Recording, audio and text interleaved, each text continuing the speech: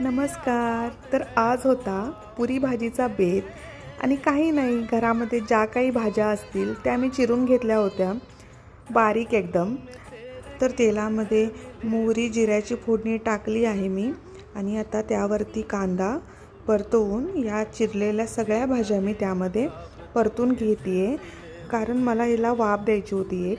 त्यानंतर मऊ मऊ सॉफ्ट डो बनवून घेतला पुरीसाठी.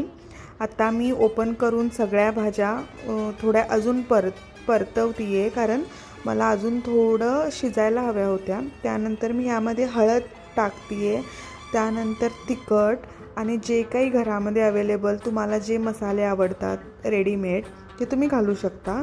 मी इथे रेडीमेड एव्हरेजचा गरम मसाला टाकला आहे, त्यानंतर पावभाजी मसाला टाकला आहे, कारण पावभाजीचाच फ्लेवर मला हवा होता थोडाफार.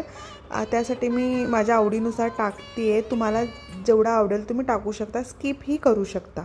त्यानंतर मी हे सगळे मसाले भाजीसोबत परतवून घेत आहे. त्यानंतर पाणी टाकते आणि मी इथे थंड पाणीच टाकलं आहे. तुम्हाला हवं असेल तर गरम पाणीही तुम्ही टाकू शकता. गरम पाण्याने थोडी टेस्ट अजून चांगली होईल. आणि मी आता इथे बॉईल केलेला बटाटा 2 घेतले होते, ते मी टाकते आहे याच्यामध्ये. त्यानंतर काही नाही, बस एक 2 मिनटाची वाफ घ्यावी लागणार आपल्याला. आणि त्यानंतर वरून तुम्हाला जेवढी हवी असेल आवडीनुसार कोथिंबीर तुम्ही घालू शकता. आता इथं वाफ आलेली आहे मस्त. आता मी वरून कोथिंबीर टाकते, म्हणजे आपली भाजी मस्त अशी रेडी होईल. झणझणीत आणि चवीला सुंदर लागणारी भाजी रेडी आहे. त्याचबरोबर मी साईड बाय साईड तेल तापत ठेवलं होतं पुरी तळण्यासाठी आणि मी इथे मोठी चपाती लाटून घेतली आहे. मला ना वाटीनं कट करायचे होते स्मॉल साईज, त्यासाठी. तर बघू शकता किती स्मॉल साईज आहे. आणि असं करून मी एक एक पुऱ्या तळून घेतल्या मस्त मस्त.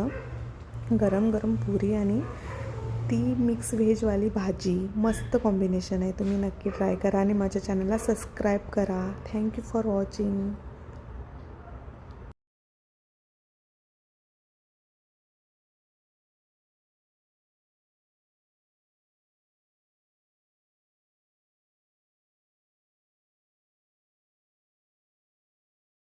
खूप सिंपल अशी रेसिपी आहे आणि माझ्या चॅनलला नक्की सबस्क्राईब करा. थँक्यू.